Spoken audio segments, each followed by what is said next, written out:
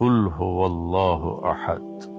اچھا، یہ صورت آئی کیسے تھی کہ قریش کہنے لگے ہمیں تو اپنے باپ دادے کے نام یاد ہیں، تو بھی اپنے رب کا کوئی نسب نامہ سنا، کوئی خاندان بتا کہ تیرے رب کا کیا خاندان ہے۔ تو اس پہ جبریل آئے یہ صورت لے کر کے قل کہیے۔ 227 دفعہ قرآن میں قل آیا ہے۔ یہ آگے پیچھے مجھے عدد ایسے اندازاً کہہ رہا ہوں، یہ سب سے ہیوی قل ہے۔ قل کہو، ہوا اللہ، وہ اللہ جو ایک ہے، احد اور واحد۔ واحد وہ ہوتا ہے جس کا دوسرا بن سکے، اور احد وہ ہوتا ہے جس کا دوسرا بن نہ سکے۔ تو قل هو اللہ احد، واحد نہیں احد۔ مثلا میں یہ کہہ سکتا ہوں کہ میں اس کرتے کا واحد مالک ہوں، میں یہ نہیں کہہ سکتا میں اس کرتے کا احد مالک ہوں، کیونکہ احد اسے کہتے ہیں جس جیسا کوئی ہو ہی نہیں۔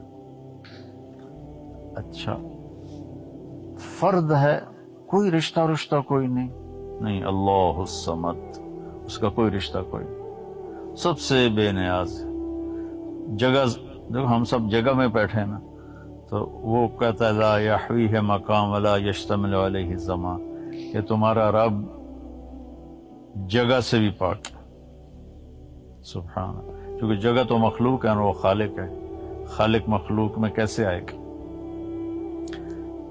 لم یلد،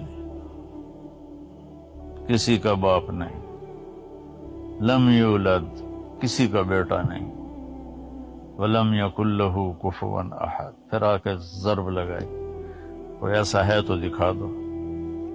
تو سورہ اخلاص جو ہے نا، یہ لا الہ الا اللہ کو بتاتی ہے کہ اللہ کتنی بڑی طاقت ہے، جس کے میں حیران ہوں۔ اب دیکھو نا، اندھیرا چھایا ہوا ہے، اور آگے کھیتوں میں چلے جاؤ تو اور اندھیرا ہے، صحراؤں میں جنگلوں میں چلے جاؤ اور اندھیرا ہے، اور وہ کہتا ہے لا يعزب عن ربك من مثقال ذرہ، کتنا ہی کالی رات کا اندھیرا ہو، تیرے رب سے ایک ذرے کے برابر چیز بھی چھپی ہوئی نہیں، کیا نظر ہے اس کی۔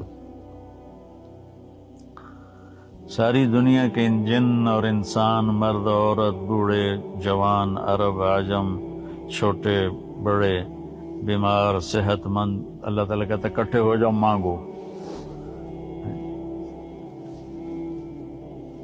دو آدمی بولیں تو بات